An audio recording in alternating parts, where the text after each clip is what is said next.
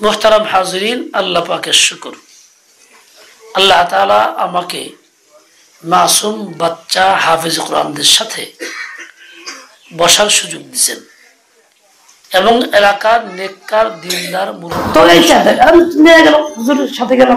আশেপাশে হাফেজ দেখলাম ঢাকা রাজধানীর সবচেয়ে বড় আলেম যারা তারা আজকে আমি এই সমস্ত নেককার উলামা মুফতি নুরুল হক সাহেব এবং সুলাহা বড় বড় যারা দিনদারদের সাথে বসতে পারছি। আমি হলাম হুজুর সাথে ছোট মানুষ। আল্লাহ তাআলা এই মজলিসকে আমার আপনার সকলের নাজাতের উসিলা খুব ভালোবাসা খাওয়াইলো বাড়ি। আমিন।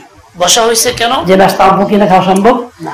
কোরআনে কারীমের সবক শেষ বললেন কি যে এই বছরের মামলা আছে, সমস্ত মুরব্বিরা আসছেন দোয়া করতেছেন যাতে মামলা আল্লাহ পাক আসান করে দেয়। আজকাল যায় লায়েক হাফেজ কোরআন দুইজনকে আমি তার মধ্যে শরীক থাকি। এটা একটা বরকতময় মহতি মাহফিল। আসলে ওই সমস্ত মুরব্বিদের খাবারে যাওয়ার সকলের হয় না, কিন্তু আল্লাহ পাক একটা ওসিলা দিয়ে মাহফিল হলে অনেকেই নিয়ে গেছেন। এই মাহফিল আল্লাহই নিছেন, অন্য কাউকে সাথে নিতে পারছেন। আশেপাশে আমার চেয়ে বড়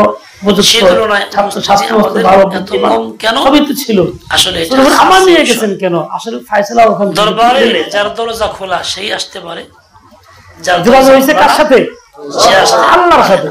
আল্লাহ হুজুর দিয়েছে, এর দিয়ে বোঝা যায় যে আমার রব্বুল আলামিন আমাদেরকে দরবারের দরজা খোলা রাখছেন চলে আসার জন্য, এবং আমাদেরকে সুযোগ দিয়েছেন। আলহামদুলিল্লাহ। পরে এসে আমাকে 20 টাকা দিলেন, যাও তুমি খরচ করো। ভালো লাগতো যে ছেলেটা হিফজ শেষ করলো, শুনছেন যা চাইলেন আল্লাহ তার ক্ষেত্রে 3টা তার মধ্যে আছে, বেশি দিলেন। আল্লাহর আল্লাহ কি বললেন সবার জন্য আল্লাহ কম দেয় না, বেশি বেড়েই দেয়। একটা হলো ঠিক গেল আউযু, এটা টান দিয়ে পড়ছে। এটা মুহতাজ বনো তো আল্লাহকে মুহতাজ বনো। এই নতুন স্টাইল শুরু হয়েছে, মুহতাজ হও কার দিয়ে বলো, চাও কার কাছে, জায়েজ হও কার কাছে। এরকম নামাজ কি খাজা আব্দুল মালিক সিদ্দিক বুজুর্গ ছিলেন, বলবো আজম টান কারা কারা শুনবেন না? আউযু সামান্য টান হইলো এই সমস্যা হবে। এইজন্য এরকম শুনবেন কে কে? তুমি শুনছো হইবা উনি বহুত বড় বুজুর্গ। আমরা যারা মুসলিম ওনার নজরিয়া ছিল কারো কাছে একদম কিছু না, টান দিয়ে না পড়ি, শুধু আল্লাহর কাছেই চাই। দ্বিতীয় বিষয় হলো এটা আজীব আল্লাহর বান্দা, আজীব। উনি একটা মসজিদ করছেন, যেই মসজিদের নাম ছিল মসজিদে বেচান্দা। সাদাকাল্লাহুল আলিয়্যুল আযীম। চান্দা ছাড়া মসজিদ, মানে কার কাছে বলেন না, টাকা দাও। কোরআন না, কোরআন শুধু আল্লাহর কাছে পড়া নিষেধ।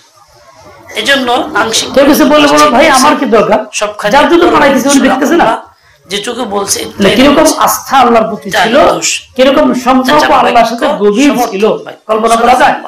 এতটুকুই মুরিদদের কয়েকজন যে আপনার জনকে লাগাইছে ভাই, কোরআনে কারীম খতম করতে দোয়া পড়া হয়, যাছে এটা পড়ছে মসজিদের কাজ চালাও, আল্লাহুম্মা আনিস, যখন আল্লাহ দিব আমি তোমাকে দিব, এর আগে চাইও না। রাতের মতো করে পড়ছে।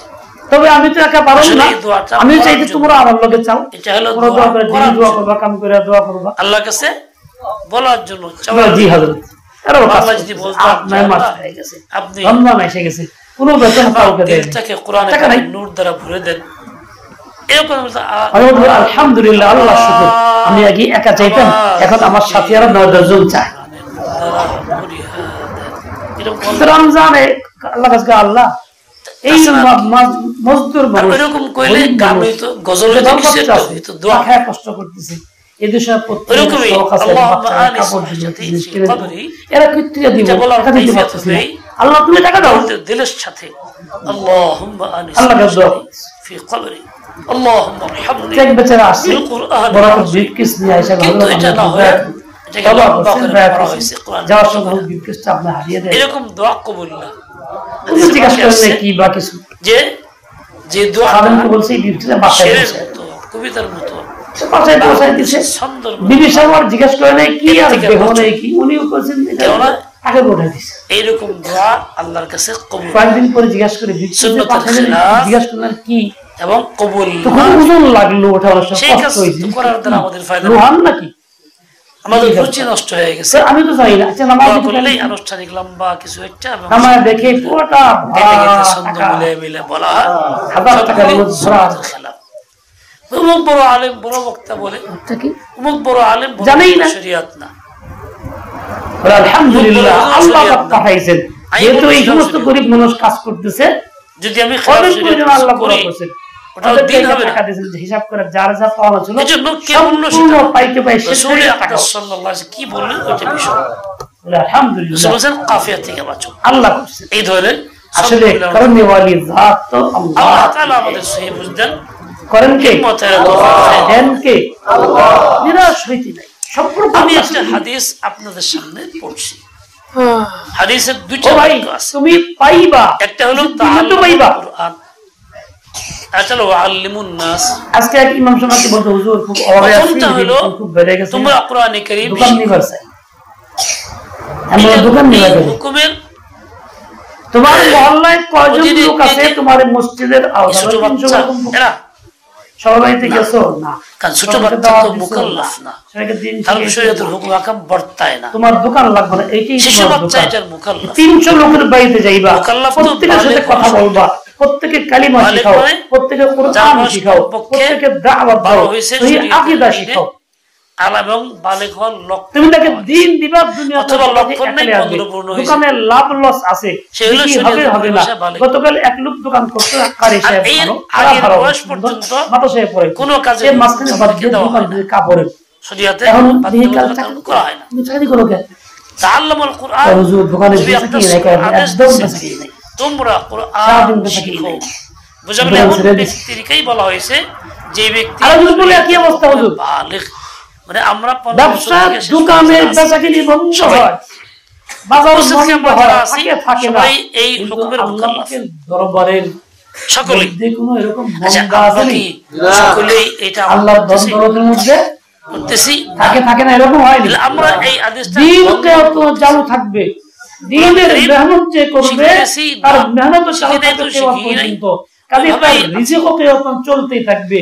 দিন যাও দুনিয়া নাও, সারা দুনিয়া পরিশান দুনিয়া দিন পাওয়ার জন্য এবং তোমাকে দুনিয়া দেওয়ার জন্য। আচ্ছা, কিয়ামতের ময়দানে জিজ্ঞাসা করা হবে, তুমি তাকে দিন দিয়ে দাও, বিভিন্ন সওয়াল করা হবে, খতম নবুয়তের আকীদা প্রচার, সহি আকীদা ঈমান সহি করাও, কালিমা সহি করাও, কোরআন সহি শিক্ষা দিয়ে দাও। দেখো ও যখন দিন বুঝে ফেলবে, ও তোমার চোখের পানি দেখবে, ও দেখার আগেই তার পকেটে টাকা আসবে।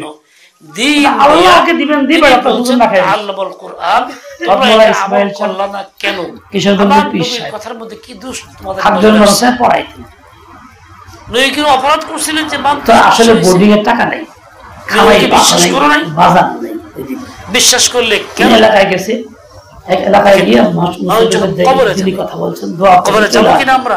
সবাই বলছে আচ্ছা, করতে নাই যাই, মৃত্যু তো হবে, আল্লাহ যা যেখানে রাখছে সেখানেই হবে।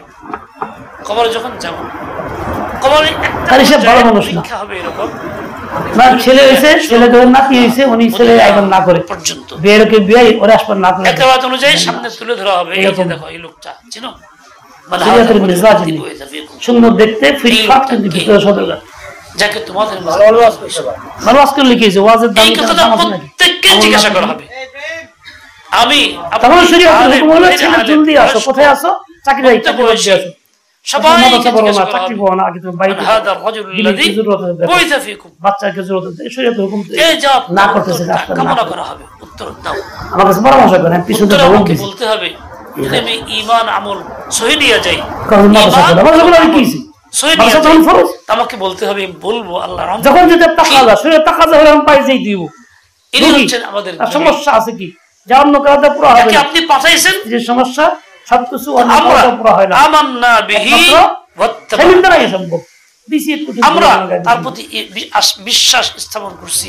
এইসব বলতে খালি উনি একলা না, আপনারাও করে সবাই এরকমই বড় রহিল, বড় যদি আমি ঈমান এবং আমল সহি নিয়ে না যাই, আপনাদের নজরে নাই, আমি কথা বলতে আল্লাহ বুঝিয়ে শিখিয়ে দিলেও না, এর লাগি এখানে কি পুতে আমারও ধীরে বিয়ে করছে, আদা মুহাম্মদুর রাসূলুল্লাহ বাইতে উঠতেন, এই কথা বলতে পারবো না, বিয়ের দরকার, বিয়ে করব না কিছু করব, আমি নবীর চলি না, নবীর হুকুমটা আমি মানি নাই, তা আল্লাহ বলা হলো আমাকে উচিত ছিল আগে বিয়ে করাই দিই, তাহলে আবার সবটা বিয়ে করতে হালাল করতে রাগ করস, এদিক থেকে আমি উন্নতি না পর্ব হয়ে গেল, কেমনি মুখ দেখাবি আল্লাহর সামনে? কবরে কি জবাব দিবি তুই? তাহলে আমি অন্য সব নেক সুরতে নেক আমলে যাব, ঠিক আছে, শরীয়তে এই হুকুমটার লঙ্ঘন আল্লাহর হুকুম নাই, রাসূলের তরিকা নাই, নিজের নফসে যা চাই না, নবীর সঙ্গে সাক্ষাৎ আমার হবে না, এটা নাম দিন। এটা নিয়ে কবরে গেলে লাত্তি কথা বলুন দেখি কত বড় দুর্ভাগ্যের কথা হবে। জলদি বাচ্চা তুই বিয়া করে দাও, যে এইরকম মুহূর্তে জবাব দিতে পারবে না, নবীকে চিনবে না। 2 বছর আগে বিয়ে করতে চাইছিল, তাহলে এই লোকটা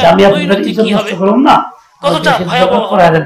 কয় আমাদেরকে কখনো ফিকির নাই বছর সাংঘাতিক এই চিন্তা কখনো মান হয় দিকে কি? পাইনি, ওর বাপ তো বল নাই কিছু, জবাবটা কি দিব? কখনো এই চিন্তা কেউ দেবে হয় না। এই যে চিন্তা হয় না, জীবনের থেকে এই বাঁচতে অবস্থা চাইছে, আছে, এর নাম গাফল। তুই তো দুশ্মনী করছিস, এর নাম কি? এখন বিভিন্ন প্রবলেম হইতেছে, হবেই তো। জুড়ে বলুন, আবার তাই না গাফলত। গাফলত যারা মানে বেশি করে ইংরেজি বলছে ভুলে থাকা। তারপর না দিলে এরকম নবীর হুকুম উপরে মুসলিম মানতে হবে, ভিতরে ভিতরে দুই মাস ভুলে গেছি, মনে নাই, মানে উপরে আল্লাহ সুন্নতি তাআলার টুপি হুকুম সুন্নতি মানতে দাড়ি, হবে, এটা ভিতরে ভুলে হয় গেছি। খ্রিস্টান, না হয় ইহুদি, না হয় এই গাফলতটা হলো বহুত মারাত্মক একটা রূপ।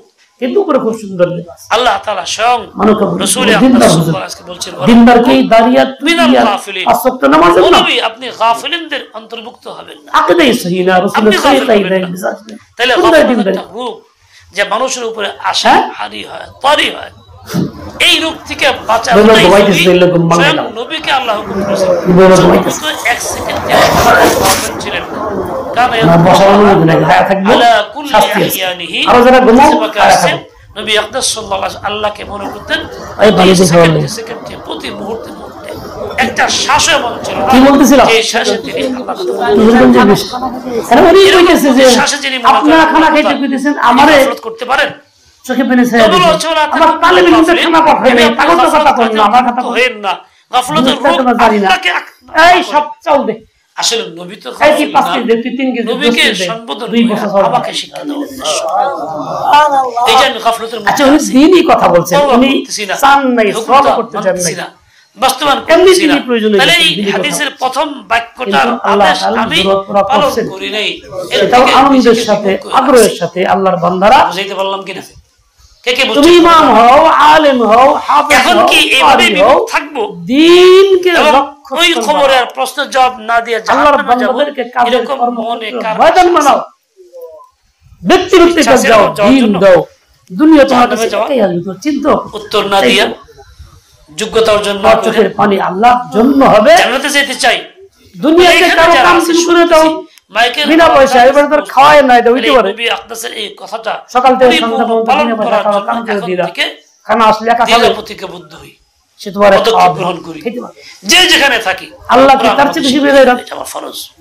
দিনের জন্য অক্ষণ নিজের নবী করবা, আকদাসের আল্লাহ তোরা খাওয়াবে না। নবীর হুকুম সরাসরি দিন হবে, মানলাম না, এটা হইতে পারে না। লঙ্ঘন করলাম। যারা বলে এরকম উনি নবী অসুবিধা, মানছি, আসলে এটা তারা বলা যাবে না। দিনকে লক্ষ্য করে, আমার বলার সুযোগই থাকবে না, তাদের করতে করে। পারবোই না, আল্লাহর বুকে বান্দাদের বাধা বাড়িতে আসবে, পৌঁছায়। খিল লাগবে। এই জন্য দিনে আজকে খিল এই লাগবে। অবস্থা। দ্বিতীয় বাক্য, ওয়াআল্লিমুন নাসা, মানুষকে কাজে একাধিক চাকরি খোঁজার দরকার নেই, ওয়াআল্লিমুন নাসা, দোকান খোঁজার দরকার নেই, মানুষকেও শিখাও। অমুক কাজ দরকার, এই তমুক কাজ দ্বিতীয় দরকার নাই, বাক্যের কাজ একটাই করো। আংশিক আমল আল্লাহর নবী আছে। সাল্লাল্লাহু আলাইহি দুনিয়াতে যে আসছেন, আমলেরই একটা দাওয়াতের ওই মিশন প্রকাশ ছিল এখানে একমাত্র করতেছে। কাজ। তা মাদ্রাসা কায়েম নবুয়তের হয়েছে, জিন্দির ব্যবসা করছেন, বাচ্চাদের কোরআন সেখানে ব্যবস্থা করছেন তো করা আগে হয়েছে, আমাদের খাদিজা উস্তাদ পড়াইছে, হয়ে গেছিলেন, নবুয়তের মোতাবেক। করতেছে। আমরা 25 বছর বয়সে অংশগ্রহণ করতেছি। দাওয়াত ছিলেন মেন এই দ্বিতীয় হুকুমটা নবী ওয়ারিস করার হইলা, জন্য আলেম কিছুটা হইলা, আমাদের এটা মধ্যে লক্ষ্য নাই। তুমি বিভিন্ন এই রকম চাকরি আগ্রহ বাকি আছে। এটা সেটা করার কিছুটা চিন্তায় মত্ত হয়ে গেল, আছে। উম্মতের লাগে খেয়া ফলাইল, পরিপূর্ণ না, কাদিনে কাও নিয়ে গেল, বললাম। মুস্তাহিদরা কাও নিয়ে গেল। আপনার খবর না, তুমি দ্বিতীয়ত, পান খেয়ে ঘুরতেছো আর আমি মানুষকে শিখাবো, সে কোনো কাজ মানুষের নাই মধ্যে কি তোমার। আমার হ্যাঁ, কি সন্তান নেই? বলছিলাম? মানুষটাকে আমার সন্তান বাদ দিয়ে অন্য তো কেউ। তুমি পাইবা, দিবা তো নিবা, করাচির দেও না নিবা কোথায়? হযরত শাহ হাকিম আখতার রাহমাতুল্লাহ আলাইহি, এই জন্য তার ওনাকে একজন ফোন করেছে, মানসিক রোগী ভোগ। हजरत एक आदमी भेज दीजिए कि मैंने आपके लिए मदरसा के लिए खाल रखा है। তাহলে ইনশাআল্লাহ দেখবেন একজন মানুষ পাঠায় দেন, জরুরত পুরা করবেন। আমি আপনার মাথার জন্য যার বলে জন্য চামড়া রেখে জীবন দিয়েছি। জান রক্ত করবা, উনি জবাব দিয়েছেন, क्या आप आदमी नहीं हैं? খাজা আব্দুল মালিক সিদ্দিকী আপনি কি মানুষ না? একদম মুস্তাকনি নিজেকে মানুষ। মানুষ পাঠাতে বলছেন কেন? ফল কি মিলছে? আপনি কি মানুষ না? জামিলাটাই মিলছে। এই কথা বলে কাজে দিয়েছেন। জানি ওই লোকটা নিজের চামড়া এনে দিয়ে হুজুর বাদশাহী ভুলে গেছে। খেয়াল ও গুমান। দেখেন চামড়া নিয়ে অপেক্ষা করতেছি লোক পাঠায় দেন, এই কথা বলি কিনা আমরা? বলি কিনা? তারপরে আমি কিরকম অংশগ্রহণ করি? কাজটা আমার, আমি করতে রাজি না, আরেকজনকে খাটাই। এই যে আমার তালিমের কাজ, মানুষকে শিখানোর কাজ, এটা আমার কাজ, দায়িত্ব আমার, ওইরকম করতেছি। আরেকটি জরুরি কথা, ঠিক তেমনি ওয়াল্লিমুন নাস, মানুষকে শিখাও। আমি তো খুশি, মুখ জায়গায় এক ছেলে পড়তেছে, মুখ জায়গায় এক ছেলে পড়তেছে, 10 জায়গায় 10টা আসছে, আমি এখানে মহব্বত করি, ভালোবাসি, আসি। আমার ছেলে পড়ে না, আমার নাতি পড়ে না, আর ভাতিজা পড়ে না। তাহলে আমি তো এটা আংশিক পালন করতেছি, মানে আমি অন্যের শিখানোর কিছুটা ব্যবস্থা করলেও আমার সন্তান যে প্রথম মুকাল্লাফ, যে যার হিসাব আমার ঘরে আসছে, এইটার জন্য আমার ফিকির নেই। আমিও দেখছি আলহামদুলিল্লাহ, আমি তাকে শিখাইতেছি না, হুজুর সেই তাকে দুনিয়ার কোন লাইনে দিয়ে দিচ্ছি, আর খালি চোখে পানি ফেলে কাঁদে, আরে ছেলেটা হইতো কত ভালো হইতো, মানে মায়া কান্না উপরে উপরে আছে, হাকিকতান দিলের ভিতরে নাই। দিলে আঘাত থাকলে আমার দাঁড়িয়ে থাকতো যে আমার একটা সন্তানও এই লাইন থেকে বের যাবে। আগে আমি সন্তানকে শিখাবো, আগে হাফেজ বানাবো, কিংবা সত্য করে পড়াবো, মাসলা শিখাবো, তারপরে দিনের লাইনে দুনিয়ার লাইনে দিব। কিন্তু আগে এটা করাবো, কিন্তু এরাদা করার মতো, এরকম বাস্তবে করার মতো কয়জন আমরা এরকম চলে আসতেছি? এখানেই বা কয়জন এখন যে যেখানে আছি হিসাব করলে দেখা যাবে শতকরা 2 জনও ভোট দিতে হবে। তাহলে দ্বিতীয় হুকুমটাও কিন্তু পালন করতেছি না। নবীর হুকুম পালন না করলে নবীকে মানছি এই কথা অন্যায় করছি আল্লাহর কাছে, মানা মানে কি? মিছা কথা কইছি, হুকুম পালন করা। মাফ চামু আল্লাহর কাছে, এর নবী হুকুম পালন করি না, দাবি কি? নবীর ভোট দিছি খালি কি আল্লাহ, এই দাবি সত্য না মিথ্যা? তাহলে আমি এমন দাবি করতেছি বরং কি করে এর মধ্যে নিজেই মিথ্যা, ভালো একটা ভোট মিথ্যাবাদী, এবং আমার দাবিতে মিথ্যা বুঝিও, যে যেখানে আছি স্বীকারও করি, তারপরও সংশোধন করতে পারি না। কতটাই বিপদের মধ্যে আছে, কি পরিমাণ গুনাহে জড়ায় গেছি যে বুঝেও ছাড়তে পারতেছি না। ভালো মানুষকে ভোট দিয়া, তাহলে দ্বিতীয় বাক্য ওয়াল্লিমুন নাস, এর একটা আংশিক বিকাশ করতেছে। বুঝাইতে পারছি? হুজুরা মেহনত করতেছেন, ছাত্ররা কিছু আসতেছে, আমরাও আংশিক সহযোগিতা করার চেষ্টা করতেছি, কিন্তু বাস্তবে পরিপূর্ণ না। পরিপূর্ণ কখন হইতো? সকলেই লাগতাম এবং সকলেই প্রত্যেকের ছেলেকে আমি এই পদে দিতাম। আচ্ছা বলেন দেখি, ঈমান কি কয়েকজনের কাজ? ঈমান কয়জনের? শতকরা কতজন ঈমান আনলে চলবো? আদম সময় তো শতকরা 22 জন শিক্ষিত যদি হয়, তাহলে 22 জন বাদ দিলে কতজন রইল? উদ্দেশ্য হলো 78 জন। 78 জন শিক্ষিত না হলেও দেশ চলতেছে, চলবো। কিন্তু আদম সময় যদি 22 জন ঈমান আনে, 78 জন বেঈমান ঈমান না আনে, চলবো? আল্লাহ কি করতে হবে? সবাই আনতে হবে। কোরআন পড়া ফরজ, সবার জন্য, শতকরা 100 জনের জন্য 3 জন পড়লে বাকি নাম হইল না। ফরজ ভাই হলো না, জবাব দিতে সম্ভব হবে না, আমাকে জবাব দিতে করতেই হবে, আমার তো ছাড় নাই। লম্বা কোনো কথা না, এই দুইটা বাক্যই চিন্তা করি। তাআল্লামুল কুরআন ওয়া আল্লিমুন নাস, মুখতাসার বলছি নবী আকদাস সাল্লাল্লাহু আলাইহি ওয়াসাল্লাম বলেছেন, আমরা কি বেঈমান হয়ে কবরে যাব না এবং মানুষকে শিখাও। ঈমান নিয়ে এক সময় এমন ছিল যখন এই কুরআন প্রত্যেকের সিনায় ছিল, প্রত্যেকের মুখে ছিল, একটা দল আছে, প্রত্যেক বাচ্চা বাচ্চি ছেলে মেয়ে সকলে কুরআনে ব্যস্ত ছিল। সকালে ঘুম থেকে উঠলে কোরআন পড়া, নিরপেক্ষতা শব্দটা আমার বাচ্চাদের কোরআন শিখাইছি। যার ব্যাখ্যা একটা হলো ধর্ম, যারা শিখার মতো বয়স একজন বাচ্চাই নেই, মানে ধর্মের পক্ষে আমার সন্তান 16 জন।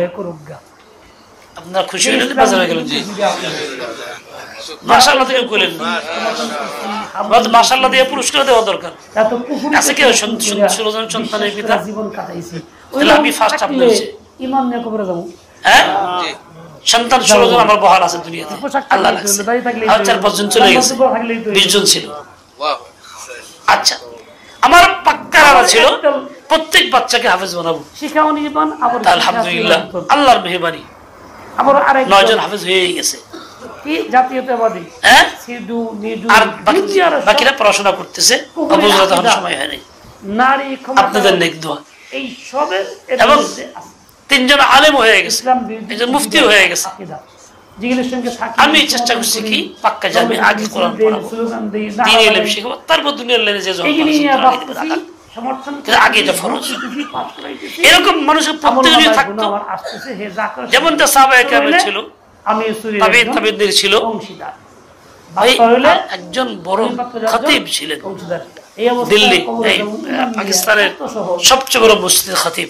ওই সমস্ত আকিদা থেকে সৈয়দ আব্দুল আজাদ না ফিরলে হজ করতে গেছি, ইসলামী হজ করতে গিয়া সকালবেলা চিন্তা করলাম পুদিনায় আসছি, একটু হাঁটাহাঁটি তো করতেই হয় শারীরিক কারণে, গ্রামের ভিতরে হাঁটিয়ে দেখি কি অবস্থা।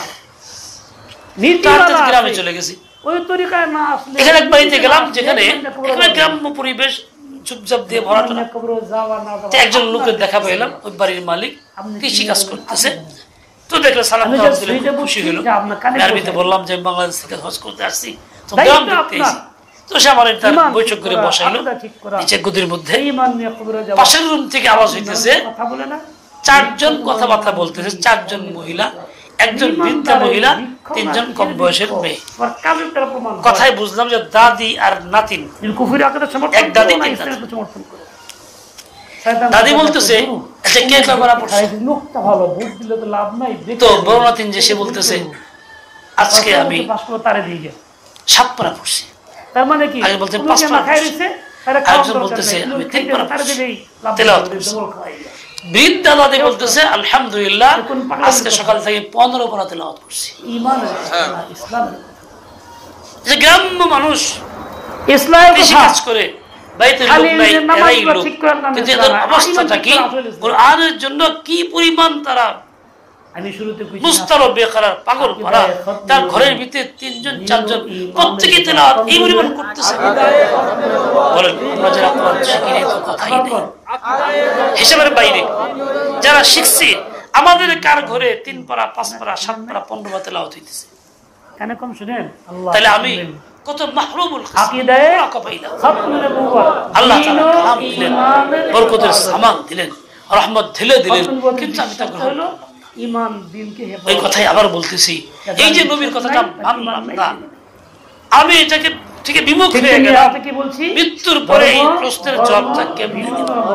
সবার জন্য বললাম এই নবী দাবি করে ফেললাম, বললেন না তুমি কথা মানুষ নেই, আবার সুন্নাহ চিনি না, আবার হুকুম মানুষ নাই, কোরআন মানুষ নাই, দাড়ি কাটছিস, তুই গুনাহ করছিস, তুই আখলাক নষ্ট করছিস, তুই গীবত করছিস, তুই শিকায়ত করছিস, তুই তো কাফেরদের তরিকা মানছিস, ধর্ম দিয়ে পক্ষে সমর্থন করে জীবন বরবাদ দিয়ে এলি, স্লোগান দিয়ে এলি, দুনিয়া থাকলে সমাজতন্ত্র থেকে পক্ষে ছিলি, তুই তো সমস্ত ক্ষমতা উৎস জনগণের পক্ষে ছিলি, আল্লাহর মানুষ নাই, তুই রবকে অস্বীকার করলি, তুই এখন চলে গেলে দেশে ইনসাফ কায়েম হয়, মানুষ সালাম পড়ে মুসল্লি আরামে থাকে, আল্লাহ ওয়ালাকে ভালোবাসে, তাবলীগেও যায়। তাবলীগ মানে বর্তমানে সাদিয়ারি গ্রুপের সাথে না, শূরায়ে নিজাম আলেমদের সাথে সেই হকদের উপরে থাকে। আল্লাহ ওয়ালা তো এইজন্য এই দুর্দিকে কাজগুলিও করে, আমি কিন্তু নিজেকে ভালোবাসবো করে আরেক ভাইকে ধর্মনিরপেক্ষতা, আমি যে আল্লাহর ভক্ত হয়ে যে দল সে দলের সাথে আছি, আমি যেমন অন্যায় কথা বাচ্চা আচরণ মিছিল মিটিংয়ে পক্ষে ভোট দিয়া এমপি আল্লাহ ভয় করলে ধর্মমত ইসলাম না আল্লাহ ভয় করলে সে অন্যায় কথা কয় না। মুসলমান কুফর জানো না কারে কয়, ভালো ভালো দুধ খায় না, ধর্মনিরপেক্ষতা ইসলাম না কুফর, কুফর কুফর কুফর কুফর মানে বিশ্বাস করে সে কাফির। ইসলাম তো ইসলামী মেহনতে কোন আল্লাহর কাছে গিয়ে ইসলামী একমাত্র দ্বীন, ইন্নাদ দ্বীন এই আলেম ওলামা নেককার দ্বীনদাররা এটা যদি দিল থেকে মানতে না পারি, দেমাগে সওয়াল করতে না পারি, তাহলে আমি মরে গেলে যে জায়গা থেকে জায়গা আর কোনো ঝামেলা হয় না, আমার ঠিকানা ফেরাউন হামান কলমের সাথে হবে। প্রত্যেক সকল ক্ষমতার উৎস এরকম চরিত্র হয় আল্লাহ তাআলা, এই পৃথিবীর মালিকানা কার? যদি এরকম চরিত্র হয় আল্লাহ তাআলা, লা ইলাহা লিল্লাহ ইউরিসুহা মান ইয়াশা মিন ইবাদি। কাজে আমাকে এই বিশ্বাস নিয়ে আমাকে দুনিয়া থেকে যেতে হবে, ওয়াহাল থাকতে হবে, এর সাথে ওইগুলি মিলানো যাবে না। এই শিক্ষা দেয় কুফর শিরক ঈমানের সাথে মিললে পরে কোরআন যোগ্য না, সুদের বিরুদ্ধে শুধু তাই না, কঠিন ওয়াইদ কোরআনের মধ্যে আছে। লোক ভালো হয় যদিও দেখতে সুন্দর, পেশায় মাস্টার, শিক্ষিত, সবাই খুব প্রশংসা করে, মगर আল্লাহর দরবারে বেঈমান কাফির জায়গায় কম বেশি আছে না, তাহলে আমাদের ওই কথাটি প্রয়োগ হবে উপরে ফিটফাট ভিতরে আলেম তো সদরঘাট তৈরি করে এই কথাটা প্রয়োগ। ও ভাই কোথায় আছে চিন্তা করা দরকার। এই জন্য আল্লাহ রসুলের কাছে গিয়া জবাব দিই আমরা করছি ওইখানে গিয়ে যদি আমি এই দুটা হুকুম পালন করি পরিপূর্ণ, এরকম আরো যে হুকুমগুলি আমার জন্য মুকাল্লাফ আছে এইগুলি পালন করতে থাকি, তবে তো আশা করা যায় পালন করলাম বিমুখ হয়ে থাকলাম তাহলে আর জবাব দিয়ে আশা করা যায় না, পারবো বলে মনে হয়। আমরা আল্লাহ বান্দা, একটু কমজোর ক্ষমতা বললাম, আল্লাহর গোলামি করতে চাই। আল্লাহ তাআলা আমাদের সবাইকে সেই বুদ্ধি দিয়ে দেন, হিম্মত আর তৌফিক খায়ের দিয়ে দেন। মাদ্রাসা ইশাআতুল কুরআন ধর্মবর্ণ কোরআন কারীমের প্রচার প্রসারের কেন্দ্র মাদ্রাসা, যেখান থেকে তালিম করা হয়। ওই সামনে দেখেছেন কোরআন এখানে রস্যকার দিয়ে আছে, সেই মানে কোথাও দেখলাম কয়েক জায়গায় ওকার দিয়ে আছে, বানানটা ভুল। কোরআন মাজহুল বাল হুয়া কুরআনুন না কুরআনুন মাজিদ ও কারীম, বানানটা সব জায়গায় ঠিক হয়ে যায়। তো মাদ্রাসা কি এই হুকুম বাস্তবায়নের একটা কেন্দ্র, যা আল্লাহ তাআলা এখানে করাইছেন, বিভিন্ন জায়গা হইতেছে, এটা আরো হওয়া দরকার। আমরা যাতে নিজেরা এর সঙ্গে সর্বদাই সম্পৃক্ত থাকি। মানুষ কোন কাজে সম্পৃক্ত হয়? যে কাজটাকে পছন্দ করে, ভালোবাসে, সেই কাজে সম্পৃক্ত হয়। দিল যেখানে লাগছে সেখানে যায়। এই জন্যই চার দোকানে যাইতে খুব আগ্রহী, দিল ওখানে লাগে। কেন? এক বৃদ্ধ মানুষ, নাম জানি আমার এলাকার গ্রাম সম্পর্কে আত্মীয়, যাইতেছি রাস্তায় দেখা হইলো, উনি বাইতে বেরিয়েছে, কাঁপতে কাঁপতে বেরিয়েছে, মানে সচল না। কই যান? একটু চা খাই হাইয়া। কদ্দুর রাস্তা? 1 কিলো। এই লোকটা বাড়ির থেকে বেরিয়ে মসজিদ যাইতে পারে না, কাঁপে, এর লিগে যায় না, আসর নামাজ যায় না। বাহানা কি? চলতে পারি না, প্রেশার বেশি, তো বেশি। কিন্তু চা খাওয়ার জন্য যাইতেছে কতটুকু? 1 কিলো। বাস্তব কথা বলতেছে। জিজ্ঞেস করলাম কে চা খায় দূর যাওয়ার লোক? ওকে বাড়িতে বুড়ি নাই, ছেলে বড় নাই, কাছে তো বানায় দেয়, কিন্তু মজা লাগে না বেশি, ওইখানে মজা লাগে। এই হলো মুসলমান। এই বয়সে বাড়িতে বুড়ির চা মজা লাগে না, আর আরো যে ছেলে বড় আছে চা কিনা মজা লাগে না, ওই দোকানে মজা লাগে। তৃতীয় কথা কইছে এর লগে একটু সময়ও কাটে, হেনে গেলে লোকজন থাকে তো সময়টাও কাটে, এটাও কইছে। বাড়িতে বুড়ির লোকের সময় কাটে না, যার লোকে সময় কাটলে সব হইব, হের লোকের সময় কাটে না। বুড়ির লোকের রসিকতা করলে, গল্প গুজব করলে নেকি না গুনাহ? প্রত্যেক স্বামী তার স্ত্রীর সাথে যত ফ্রি হবে তত নেকি হবে। এর নেকির জায়গা এনে শয়তান খুব ভালো লাগে না, সময় কাটে না, ওই এনে যা, অনেকে গিবত শেখায়াত, উমুকের বদনাম, উমুক আলেমের বদনাম, টিভিতে তামসা দেখবি, দুনিয়ার আকাম বেকি করবি, হেরে সময় কেটে ভালো লাগে। এলো মুসলমানের আখলাক, তার জিন্দিগিটা। বুড়া বয়সে দাঁড়িয়ে পাকা কাঁপতেছে, কাঁপতে কাঁপতে যাইতেছে। আমার সচক্ষে দেখা, সরাসরি কথা বলছি তার, আমি তার এই জবাব দিছে আমাকে। ও ভাই চিন্তা করি কোথায় যাচ্ছি, শেষ পরিণতি কি হবে? মানুষ কথা বলে বৃক্ষ তোমার নাম কি, ফলে পরিচয়। তুমি কোথায় যাবা? জান্নাতি না জাহান্নামী, ফলে পরিচয়। তুমি কোথায় যাইতেছো? মসজিদে যাও না ওই চা খেতে গিয়ে গুনাহের আড্ডায় যাও? তোমার লক্ষ্য তুমি কোথায় যাইবা? এই জন্য জিজ্ঞাসা করছে আমি জান্নাতি না জাহান্নামী। বাদশা হারুন রশিদ জিজ্ঞাসা করছে একজনে, হারুন রশিদ সব জিজ্ঞাসা করছে এক আলেমকে, আমি জান্নাতি না জাহান্নামী? জবাব দাও। জবাব দেবেন না বললে জান শেষ। বেচারা তো পরিশান, কেমনি জবাব দেব? খুব পরিশান, খুব পরিশান, খুব পরিশান। চেহারা কালো হয়ে গেছে, 3 দিন সময় ঘনায় গেলে শেষ হয়ে যাবে। কি হয়েছে? ছোট্ট বাচ্চা ইমামে শাফি বলছে কি হয়েছে? বলে এই ঘটনা। বলে আমি জবাব দেব, মরলে আমি মরুম, আমি থাকেন। তাই কি কো? বলে হ, আমার নিয়ে যান। গেছে। কি বাচ্চা, কি সওয়াল আপনার? বলেন। বলে যে আমি কি জাহান্নামী না জান্নাতি? ওকে বলতে হবে, খালি বললেই তো হবে না, দলিল দিতে হবে। বলতে প্রশ্ন প্রশ্ন হচ্ছে, আমার একটা প্রশ্ন জবাব দেন আপনি। আর প্রশ্ন হইলেই, আপনি কি জীবনে কখনো আল্লাহর ভয় নিয়ে গুনাহ করছেন? বাস চিন্তা বেড়ে গেছে। কেমন লোক সেই লোকটা যে প্রতি রাতে কমপক্ষে 100 রাকাত নফল নামাজ পড়তো, কোন 300 কথাও আছে। এমন একটা লোক, এত আবেগ মানুষ, সে চিন্তায় পড়ছে, হাইয়ে কয় কি আমি আপনি কি কইতাম, কয় কি কত গুণাই তো সাল্লাম আল্লাহর গুণা ভয়ে, হ্যাঁ সারি সবসময় সারি কইতাম কিনা। উনি চিন্তায় পড়ে গেছে, কি কয়। অনেকক্ষণ পরে হা 2টা গুনাহ সারছি আমি, 2টা কাজ সারছি আল্লাহর ভয়। তার একটি হলো ওই যে আমার রাজদরবারের সাথে ওয়ালের পাশে একটা বৃদ্ধার বাড়ি, স্বামী নাই, বিধবা, বহুত চাইছে জায়গাটা আমাকে দাও, টাকা দিয়ে দিই, সে যাইতেও রাজি না, টাকা নিতেও রাজি না।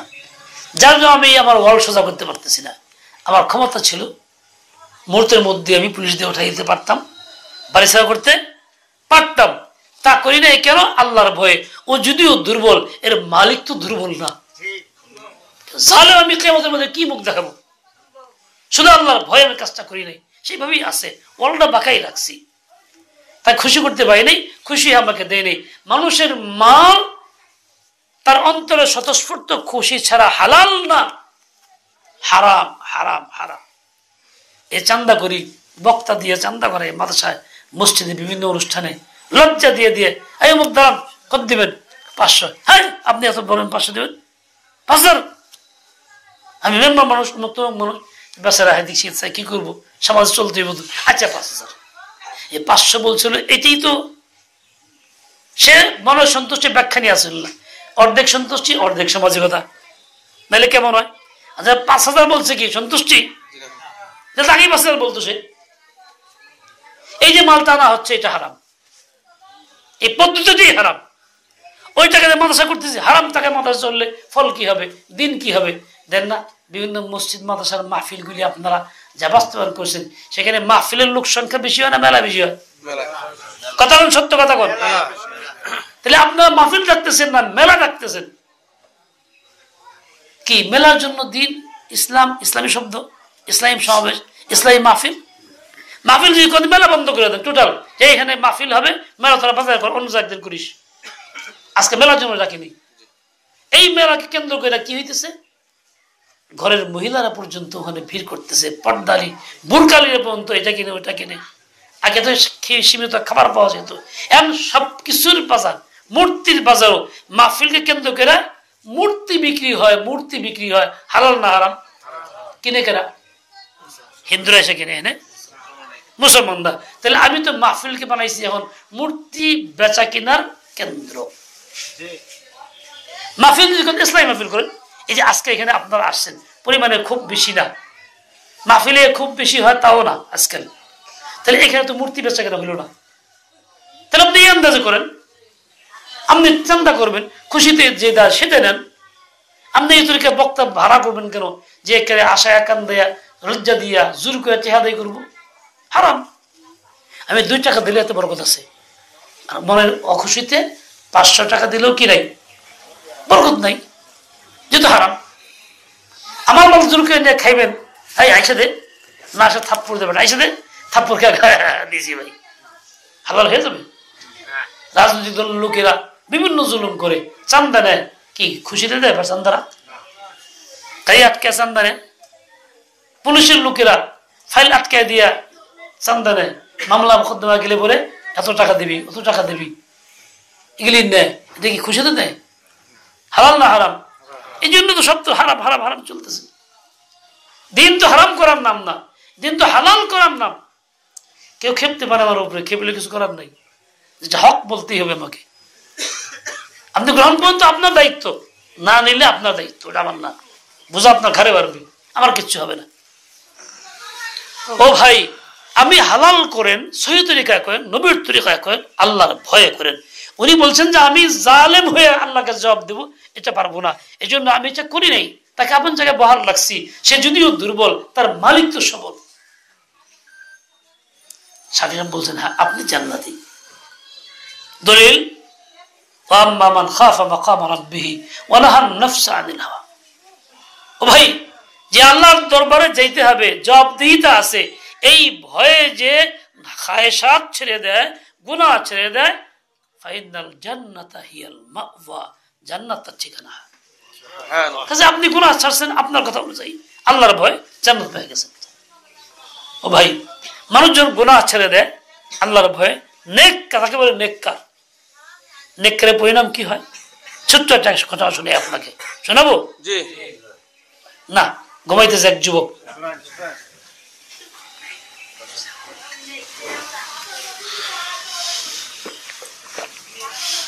এরকম এক মহিলা বিধবা, পাখা আছে, পাখা, সে এরকম ভাবে স্বামী নাই, বাচ্চা কাচ্চা নাই, এক এক বাইরে থাকে, না ফ্যান না, ফ্যান না। এখন এই অবস্থায় কাটায়, তার বাড়িতে বাচ্চার দরকার, বাচ্চা অনুরোধ করছে দেন। না, আমি স্বামী বাড়িতে আসছি, এখান থেকে পালকিতে যাবো, আর নড়াচড়া নাই, এনে থাকবো। বেশ তো, দেয় না, বাচ্চাও দেয় না। একদিন হঠাৎ মহিলা গেছে সফরে বাড়িতে, না আপন জনের বাড়িতে বেড়াইতে গেছে, 2-3 মাস, কয়েক মাস বেড়াইছে, আর আসেনি লম্বা সময় ধরে। পরে এসে বাড়িঘর কিছুই নেই, সরকারি লোকজন দখল করে আলাইছে, একদম ওয়ালতানে বিল্ডিং সাজ উঠে আলাইছে। মানুষ জিজ্ঞেস করে বাড়ি কি এলো, তো মানুষজন বলে যে আপনি তো ছিলেন না, আপনি তো ছিলেন না, তাই আপনার এই বাড়িটা সরকারি লোকজন দখল করে আলাইছে। দেখেন সে মহিলা কি বলে, সে মহিলা বলতেছে উপরে তাকে, আল্লাহ আমি তো ছিলাম না, কিন্তু তুমি তো ছিলা। আমি তো ছিলাম না, কিন্তু তুমি তো ছিলা, বাড়ি গেল কোথায়? আল্লাহ তাআলার কাছে এইভাবে বলতে পারার এই হিম্মত কি আমার আপনার আছে? কেন নাই? আল্লাহর সঙ্গে সম্পর্ক নাই, গুনাহ ছাড়ি নাই, নেক করি নাই। যেই মহিলা বলছে আল্লাহ আমি তো ছিলাম না, ঠিক আছে, কিন্তু তুমি তো ছিলা, পাহারা দেওয়ার দায়িত্ব তোমার, বাড়ি গেল কোথায়? সাথে সাথে ওই বাড়িঘর ভেঙ্গে চুরমার হয়ে খালি হয়ে গেছে, শেষ, বুড়ি যা খালি হয়ে গেছে। করলেন কে? আল্লাহ। করলেন কে? আল্লাহ। মানুষ যখন গুনাহ ছেড়ে দেয়, নেককার হয়, তার পক্ষে কে হয় গার্জিয়ান? আল্লাহ তাআলা। কে হয়? আল্লাহ। ওয়া হুয়া তাওয়াল্লাস সালিহিন, তিনি আল্লাহ তার নেককারদের অভিভাবক। জুলকে চেহারা নেককার হন যায়, জি না, এই জন্য তার অভিভাবক আল্লাহ না, এই জন্য পরেশানি কমে না, সমস্যা কমে না। আল্লাহ তাআলা আমাদের সবাইকে সহি বুদ্ধি দিয়ে দেন, হিম্মত আর তৌফিক খায়র দিয়ে দেন। ওয়া সাল্লাল্লাহু তাআলা আলা নবিয়িল উম্মি ওয়া আলা আলিহি ওয়া আসহাবিহি ওয়া মান। এই গুনাহ করুন না ছাড়ুন? ছাড়ুন ইনশাআল্লাহ। কে কে সত্যি কোরআন পড়ুন না? শিখবো, শিখবো ইনশাআল্লাহ। আল্লাহ পাক তৌফিক দেন। সাল্লাল্লাহু আলা নবিয়িল উম্মি। আল্লাহ মাফ করে দেন, আমল নামা সাফ করে দেন। আল্লাহ তোমার দেওয়া মাইক, তুমি যা বলাইছো তাই বলছি,